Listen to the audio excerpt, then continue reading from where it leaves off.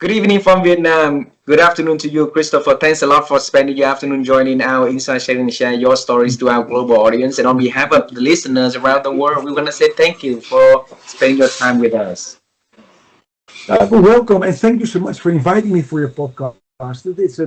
From my side, it's an honor because we both have the same passion, giving positive impact to leaders and to companies and to the world. And it shows right away that it's not only one country, globally we have that same mission and passion. So I'm really grateful now to see a soulmate in making this world a better place. Wow. Yeah, Christopher, you've been to my country in 2016, right? But you haven't been Yes. to Ho Chi Minh City. Now you have a new friend here. If you decided to travel here for work or for leisure, please let me know. And I would be so happy to take you around and show you how Ho Chi Minh City looks like in here, okay? Yeah, but I love to do so because, as I said, when I did the training, I saw the hotel and some streets around the hotel, and you go one day with a taxi, you see some spots, and as I really see some spots, it means you're almost like a tourist. You go there, make a picture, and drive home. So, and for me, I love to say, walk or go slow to a city and really feel the city and smell the city, just to feel the vibe. Yeah, And I absolutely. say, yeah, and Vietnam by itself is a culture of so much resilience that they have deep appreciation for all the Vietnamese people because they show actually that you can even break a plant, but it can still grow and flourish after that. So in that part, all the compliments for all of your fellow people in Vietnam and of course around the world, but Vietnam especially. Wow, thank you, thank you. And Christopher, in our culture, it's very honored if we can have you to do a little introduction of who you are and the work you are doing. Would you please do that for us, please? Of course. So now, Christoffel Sneijders, as you can hear, that's a Dutch name. Some people say German. So I always say to people, don't pronounce my name because you probably get Snyders. You have something like a throat issue. Um, I'm already almost 30 years a professional coach, business trainer. Started off in the Netherlands, where I lived. Was part of an international training group who was on that moment the best in Europe. And really, we trained the top companies, the top executives, with a passion how to engage people. That was actually the mission from day one. Later on, I started my own company because I wanted to see, hey, what's actually the other side of the table. So I was interim manager a couple of times. It's nice to train people how to be a better leader, but it's also nice to be a leader and come aware, does it actually work? And practice what you preach. And actually it worked, luckily. After that, I emigrated to Australia with my ex-partner because we love actually beautiful weather. I started up there also as a business coach, business trainer, and also a clinical hypnotherapist, psychotherapist. Because always my passion was, and what drives me is what makes people now really change. Mm. Because we talk about development, how do you train people? Well, if you look at success rates of training or coaching or therapy, they all are less than 50%. Even McKinsey, we talked about change management, has a result rate of less than 41%. Mm. And McKinsey says if you follow all our steps, we can go up to 75%. Now, I always say you will never go to a dentist for just to replace your filling if the dentist has a success rate of 75%. Then right away would run away and find another dentist. So it always puzzled me, why do people not change? What keeps them stuck? So that brought me to NLP, hypnotherapy, somatic training, and all kind of things. So in Australia, I worked as a therapist to really help people with PTSD, anxiety, depression, addictions, become aware what do we different. So from there, I emigrated actually during COVID times to Spain, where my girlfriend lives, and started there actually really becoming in coaching based on all my experience, and started off in 3-brain coaching. Because during my journey, I came aware what makes us tick. We always talk about the subconscious. We have a conscious mind and a subconscious mind. And I have been asking actually all my teachers, what's the subconscious mind? And where is it? And then what it is, they can describe. It is something we are not aware of. It is something like the iceberg underneath the water. It's responsible for your beliefs, your behaviors, and all that kind of stuff. It's okay, where is it located? In my head, my right pink in my toe, where is it? And all of them said, no, it's not a specific place, it's somewhere. And for me, I studied commercial engineering or engineering when I was young. And I thought, that doesn't make sense. If you have a car, you don't ask, where's the engine? Now, it's not really an engine, it is somewhere in the car. You cannot find it, but it's there. For an engineer, it doesn't work. So I also said, okay, if it's not tangible, then it doesn't exist. So from there, I became aware in my searches when I was following actually a trauma course from Peter Levine, and he talked about somatic training, and he said the body has a memory. He said the body has a memory. So I asked him once, so then where is the memory located? And in one of his books, he actually talks about Ivan Yankovic, and that's a Russian-American Jewish researcher from the 40s. And he says everything starts in the gut. So when we are conceived in mama's belly, we start, actually the first part is our gut. Then right away it goes to the nerve system, heart and head. And he somewhere had the premises. So the heart and the gut are actually layers on top of our gut system as a memory system. And I found that really interesting. I thought, okay, if that's true, then there must be other research. And of course there is. I became aware of Michael Gershwin, who wrote the book The Second Brain. It's all about the gut brain. And if you talk about heart brain, you go to heart math that already exists 30 years, I think, and have everything about the heart brain. And on that moment I thought from, Eureka! So we have three brains, one in our beautiful head, one in our heart, and one in our gut. I started researching more from what is more about it? Can I find something about it? I almost didn't find anything, but scientifically it's true we have those. So I thought, if it's scientific true we have them, but there is no real research about it, so maybe we're missing something in our whole system, how we educate. Now that's true. So I started actually working with that. I had at that moment already a school for hypnotherapy and psychotherapy. So I started actually, you could almost say, experimenting on my students. I don't say it like that, but sometimes that one, does it work? Also with my patients I saw. And I came to where it works. And from there I really found the concept and researched the concept, we have three brains. Then on that moment I became aware that actually there was one book written about it. helloNEWNESS in Australia, about multiple brains by Grant Saluko. He pitifully died just before I published my first book. And they also have a training about it, and I connected with the lead trainer of them. He's also Dutch. And somewhere I got an insight, okay, that's true. So somebody else has also a lot of research about it. It ticks all the boxes. So it's not just Christoffel Sneijders, who's a coach and therapist who finds, I'm not a neurobiologist. I'm not a researcher. I'm not a doctor. I never opened any animal. But okay, but if other people have all this research done, it is true. So then and then it's almost as history, that's 8 years ago. I came aware we have three brains. And what's the beauty of that? That's what I'm doing now. I teach or train coaches how to use three brains intelligence in their coaching work, because it's really three brains intelligence. And I coach or train leaders, managers, people, hey, how do you become a better leader and better in the words of getting more engagement, more achievement, more health and wellness, and more happiness in your company. And in the end result means more profit for you, shareholders, and everybody else. Now, that's a long story. That's what I'm doing, and actually how my journey led me to here. And I will stop. Otherwise, I keep on talking, because this is my passion. Yeah. If you would know the concept of three brains, you would be puzzled. If everybody would use three brains, there would be no war, no poverty, and relationships would be healthy and happy. That's what we want to hear in this conversation, and that is what we're gonna unveil in this conversation. Okay, so Christoffel, yes, you introduce everything to us in about 5.5 minutes, and it's not enough, so we want to go deeper, and we want to start at the very beginning.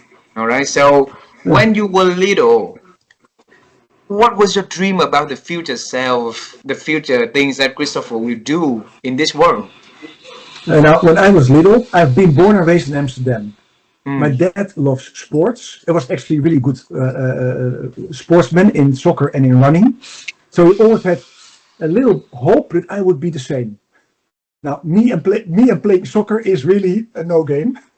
I'm really bad at playing soccer. What's a pity? Sport-wise, I'm rather good. But when I was young, I always had something like, I love sports. So I like to do something in sports. I'm good in all sports, but not in one specific sport. So I did also the Olympic triathlons. Where it's not really a business. Now, my mom emigrated when she was young with her parents to Indonesia, but then it was still Netherlands. And during the Second World War, she was 4 years in prison camp as being a Dutch girl in Japan invaded Indonesia. And after she came back, and in her upbringings and our upbringings, she went from, say, quote, quote, rich girl to poor girl. So there was always a little pressure in our little family. Money is not important, but it helps if you have it. It's nice that you follow your dreams, but at least think if your dreams somewhere make money. Hence, I did not continue in sports or those kind of things, but I became commercial engineer because I have a logical brain. So although I'm dyslexic, I'm rather smart. At least that's what everybody says. An IQ test says the same, so that's good. So I went through all my studies, and I'm smart in math. So I did commercial engineering. 23. When I was 23, I got a job right away in software programming. Just imagine you're 23, you get paid money, you get a car, you get a laptop. And it's like, where do I sign up? Didn't know what to do, but I signed up. So I started in software engineering. And after a couple of years, I came aware, I love people more than just my computer. I went to the sales marketing. And after, say, some hiccups with companies, I came aware, what is my real passion is people. I love people. And I also really love to understand people. Because also, I have been bullied at school. If you're a sweet boy and you're not, say, in the normal range, but you like art, you like beauty, you like to dress up, then as a boy, you're right to be easily seen as, probably you're maybe gay. And so I was punching ball. So I learned actually to read people. So those things combined, I know what people think and what they do. I have a passion for people to make this world a better place because I don't understand why would somebody hurt somebody else just for fun. That doesn't make sense to me. So I combined those things, and when I was 30, 31, after being actually sacked from a company, I thought, I'm going to follow my passion. I knew the training company, what I wanted to work, the best in Europe. I said, I'm going to work for them. I called them, they said no. I said, that's an interesting answer. The answer should be yes. So what should I do to make it a yes? Wow. 2 months later, and so convincing, I flew to Switzerland to get a 2-week, 24-hour, 7 days a week training in how to become a leadership trainer. And they really squeeze you, become a trainer, and then really I found my passion. Because then you can start talking to managers, to leaders, to people. How can you make this company a better place? How can you get rid of toxic leadership? How can you get engaged people? How can you? And it felt almost like sport because we were on that moment, say, the best in Europe. And just like in sports, you're working with the best. And it was just big fun. Working with part of a big fun. And I found my passion. And I came later, when I was 9 years later, I got a burnout. I was just divorced, was a partner, had a team, was coaching people, did my sales, and extra, and still do my sports, water polo. And I got a burnout and I thought I knew so much, and actually I know so little. Because how can I have a burnout if I'm coaching the top of the top, and I'm hitting a wall? So at that moment I became aware of somatic therapy. The body has somewhere a say in everything. So I learned the first part of somatic work already, and that's sparked on. So that's somewhere in my life and my aspiration. I always loved people, but say I took a long road to really get there. But normally, if you're 22, if you like to study, you have 2 ways to work with people. If you like to study, you do or psychology, or later in life. Now, I don't know how it's in Vietnam, but in my time, if you were 18 and you wanted to study psychology, it was 80% female that wanted to study psychology. So if you went as a boy to study psychology, there must be something wrong with you. And in that time, everybody who wanted to study psychology was somewhere messed up. Mm. And so it was not really a positive thing if you wanted to study psychology. So I never did it. Later in life, I thought it would have been easy to have studied psychology instead of commercial engineering. It would have made more sense in my career. So I will say I'm a quick learner and a slow learner. Because I follow my passion, and if you follow your passion, it doesn't mean you always follow the quick tracks to get somewhere. Christoffel, I want to bring you to the 31, 32 years old when you say that you realize you love people more than you love computer, right? And then you call the company, apply for the job, and they say no to you. So you ask a very big question: what can you do to get accepted, right? And after 2 months of negotiation, then they finally accepting you to join. Why did you spend that 2 months to persuade and to push the message across so that you get them accepting you to the program? I will first put it in context of 3 brains. So if you look at my 3 brain score, I have the biggest heart brain score, then a gut brain score, then head brain score.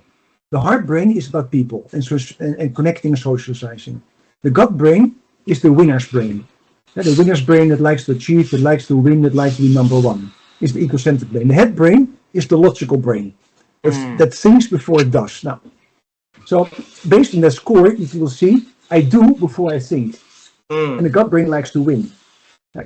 Why I didn't accept their no, because I knew it was the number 1 in Europe in training.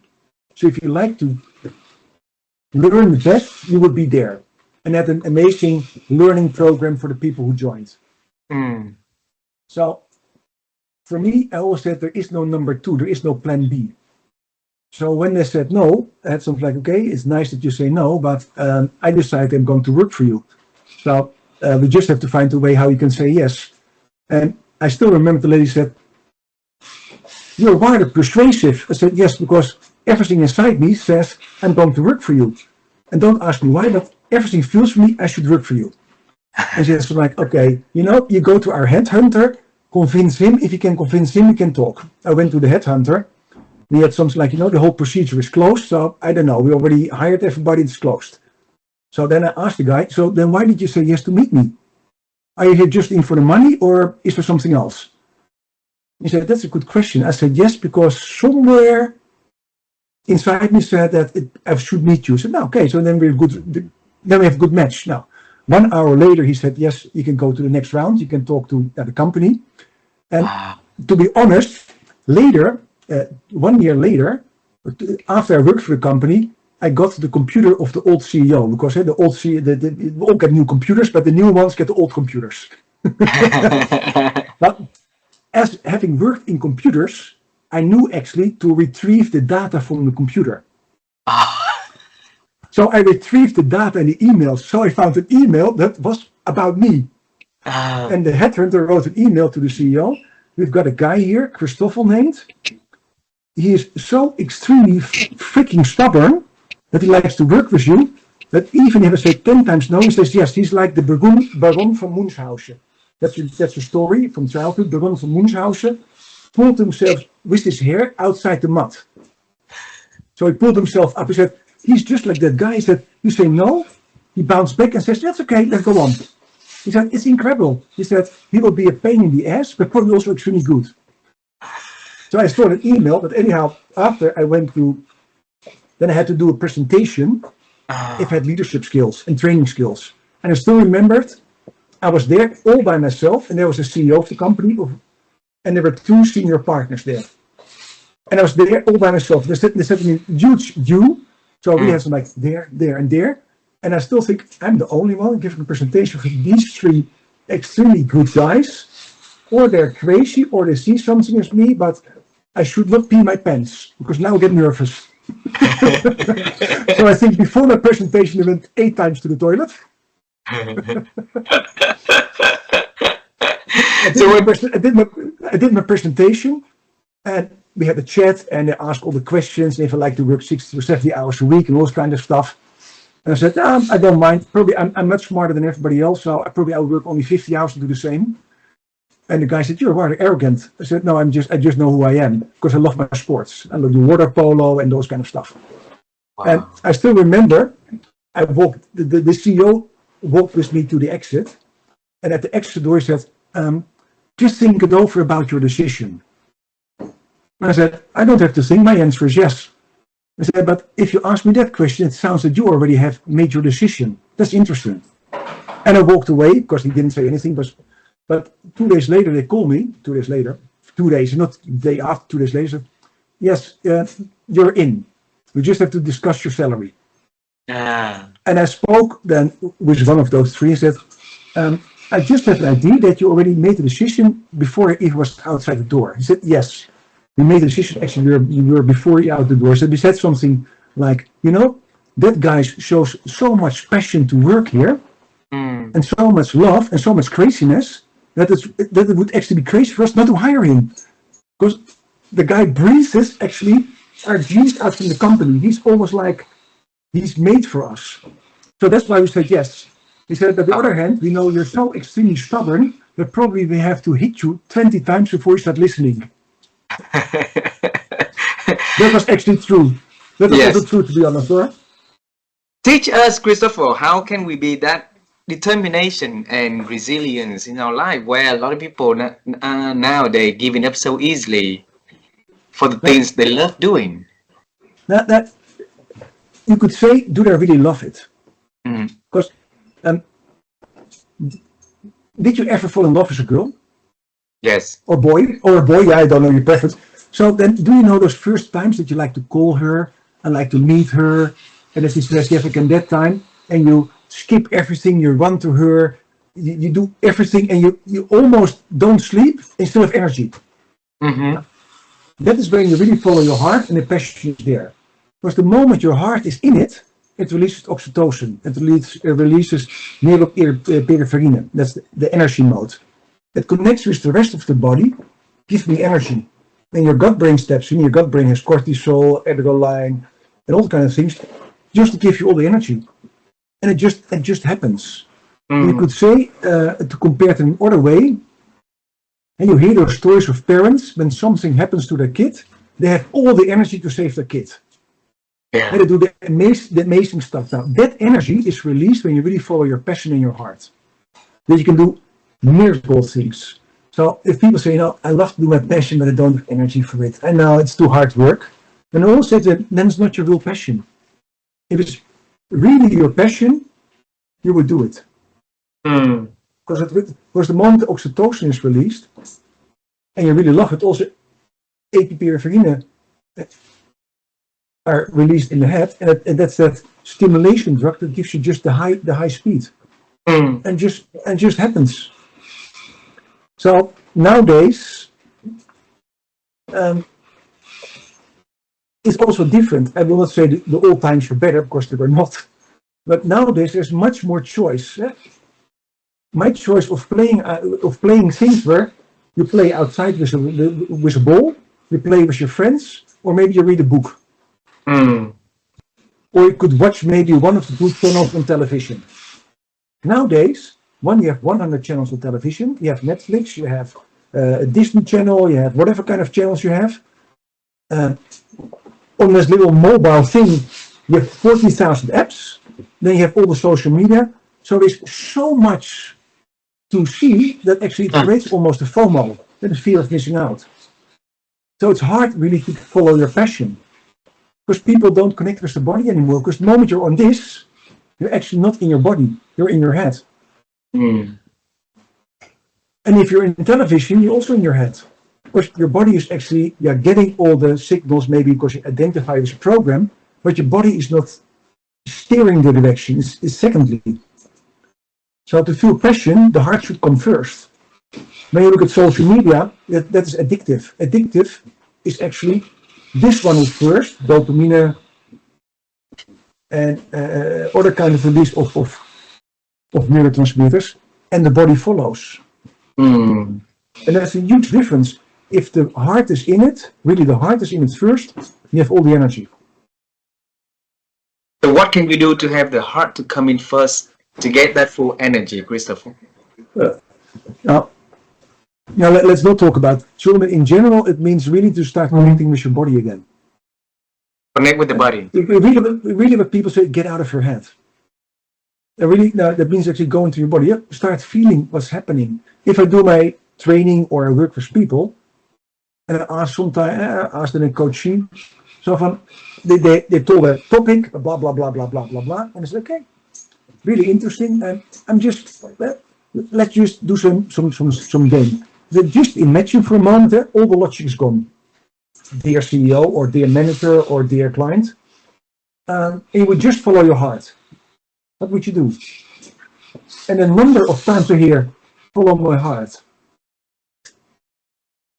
I don't know how to follow my heart. They're disconnected from their heart. They don't feel their heart anymore. And if you look at our, and there you go in a broader perspective, if you look at our educational systems, at least I know more Australia and Europe and America than, say, Asia. Well, I have some ideas about it. Remember, especially because I teach on the MBA, we educate people to get a lot of knowledge inside their head, and we have to be competitive, and we have to be the best. You see it in Harvard, you see it in the business school, IE. You get an A, B, C, D, or E, and you like to have an A or a B. But only 30% can get an A and B, 70% gets the rest. There's a lot of competition. And they stuff students with more than they actually can do in a week or in a day. So it becomes what is neat to do, what's nice to do. So it's always competition. So you train in the gut brain and the head brain. And the heart brain, socialization is not trained anymore. Oh.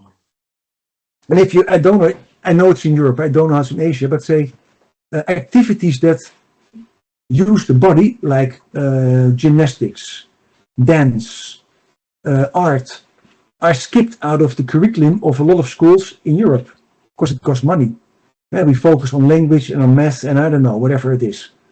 So we actually from young age, we teach kids already to get out of the body. We don't train the body anymore. And then if you then make the last connection, say, with obesitas, if you look at pictures from the 50s or the 60s, there are no fat people, almost no fat people. Obesitas was not existing in the 50s or 60s or 70s. Obesitas is coming in when all the fast food chains came in, and now obesitas is in mainly Europe and Australia, in the United States, a massive issue. 50% of the population is somewhere overweight or obesitas. That means the body is actually disconnecting, because the body does not like to be unhealthy. The body likes to be healthy. So only when you are somewhere in a disbalance, your body allows yourself to get so much.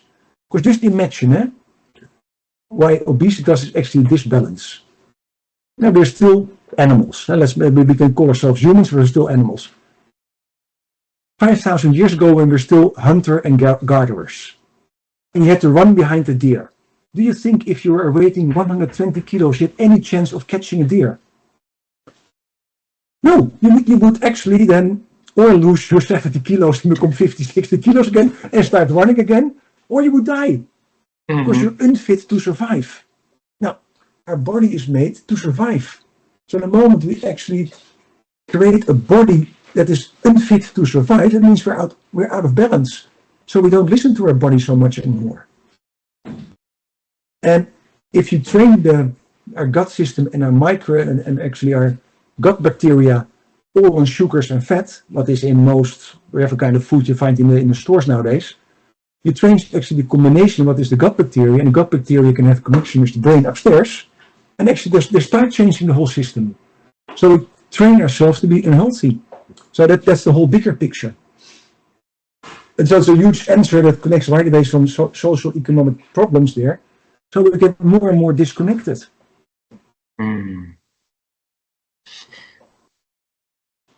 If we say that train our body, listen to our body, and for a very long time, people forget to listen to the body, so they don't have that ability anymore.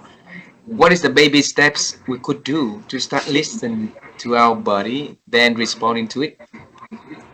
Well, like the funny part is, and I always make the joke to my students, we listen to our body only on 3 moments, 2 moments. When we go to the bathroom, that's one we always listen to, because otherwise you do it in your pants. That is rather unhandy, social. And the other 2, and we listen less to that, when we are hungry or thirsty, or that we like go to bed. Those 3 signals we still get. The first one we almost always listen to, go to the bathroom. And the other one, hungry, thirsty, is a little bit off whack, because we are hungry and then we start eating a chocolate bar instead of an apple. The third one, sleeping, based on all the TV, social media, and other kind of stuff, that people push their sleep away. But those 3 signals we always get from our body. Now, the part is actually really start listening to them. And the moment you really start listening to them, and you focus on them, and come aware, you take a sip of water or tea, whatever you have in your can in this moment. And actually what they say in mindfulness, come aware that you drink. Come aware how something smells. I have a manzanilla tea, so that's anise. Manzanilla is chamomile, and I love to smell it. And that is actually, you train your senses to come aware of it again. This is actually coming aware of what's happening. Well, how many people do you see when you go out in a restaurant who eat and don't know what they eat? They just shove it inside their mouth. A lot. Now, let's say go to Europe, not in Spain, not so much, because we still have a eat culture here. But go to America, people stuff something in there without that they know it. And so they disconnect actually from the gut brain, because the gut brain starts here. So they come aware. So it's just actually really coming aware of your senses again. And if you have that sense of, hey, I feel something, what is it saying? Next week I do a webinar for ANECO, that is an academy, sort of an alumni center and educational center for academics in Norway. And one of the exercises I'm going to do, I do it always in my training, and let them say, actually put their fingers on their head and say, what's my name is. And let them put the fingers on their heart, my name is, and then put the fingers on their gut, my name is. And I ask them to start becoming aware, what does their head say, their heart say, and their gut say? When it's their own name. Now, most times it's not so much, because it's your own name. Then I ask, okay, do you have a nickname when you were really young? How your parents or your close friends or your siblings called you? Most people have that, and I say, okay, then say my name is, and use your nickname when you were 5 years old. And then the response is different. This one says, oh wow, I think about my dad or my mom or my sister. The heart most times says, oh wow, I feel a bit of warmth. Because it reminds me of the childhood. And the gut brain, whatever it says, happy or not happy, depends on the nickname. And after like, I got totally different reactions. What's happening? And from there, I say, okay, let's just do a little test with an objective, whatever the objective is. Will you support me to go to the gym? Let's say that. And you ask your heart, will you support me to go to the gym? Will you support me to go to the gym? Should be a closed question where your heart or gut can say yes or no to. And you will be astonished, those people are astonished about the answers. And they say, my head says, of course, makes sense. Logical to do so. My heart says, it feels heavy there, Chris. And my gut says, oh, you will never do it, you're too lazy. And people are astonished that they get those responses. And they look at me from, Chris, what's happening? I said, now actually, your 3 brains now gave an answer based on their memory system, based on how they know you, and what they think is wise or not wise. It doesn't mean it is wise, but what they think is wise. And people are totally almost in shock that their own body gives answers. And they start listening to that, and it makes so much sense. Christoffel, how did you feel when you realized? How did you feel when you realized you realized that eureka moment of the 3 brains intelligence? Now, I had I had two ideas about it. Really, I still remember that inner dialogue I had. One was totally an eureka feeling. From I found, say the answer on the subconscious, on the unconscious. It's the head, heart, and gut. They have a memory. They have different kind of responsibilities based on evolution, how they make decisions. Hence, it makes sense we have that inner dialogue. So it was totally in euphorie from I have it. And the second thing that right away came over me from I'm kidding me because there is no real research about it. There is no answer about it. Yes, there's a book about the heart brain. Yes, there's scientific proof about the gut brain. Nobody ever wrote a book about that there are three connected. So probably I'm just barking up the wrong tree. Probably I'm totally wrong. I could not believe that say nobody had written something about it. The first year I still was thinking from maybe I'm just lying to myself. Just I make up a story because it sounds good. Maybe I'm just a fraud. And until I really came aware, say, of that other book that was written by Grant Luca, Multiple Brains, then I thought, there are more who write about it. And he was a research professor. He had a massive amount of research behind it. I thought, okay, so it makes sense. Because I also did my research. Okay, my research, his research, hey, it fits. And then I had something like this amazing. And when I came aware, say in my research based on evolution, what I did is say from what kind of neurotransmitters or hormones are released by the three brains. The head has almost everything. The heart has actually not so much. It has oxytocin and it has epinephrine and dopamine, so reward, energy, and love. The gut brain has almost everything, the same as the head, only it does not have oxytocin. And it makes sense. If you now look, what do the neurotransmitters do? The gut, because where's your immune system located? In your gut brain, in your gut. And your intestines is almost everything for the immune system. Except it does not need to be social. To survive, you don't need to be social. If you look at evolution. And so therefore, it doesn't have oxytocin. The heart brain has oxytocin because we as humans, if we are born, we're totally helpless. If the first 9 years we don't get support from caregivers of others, we die. So we need to bond.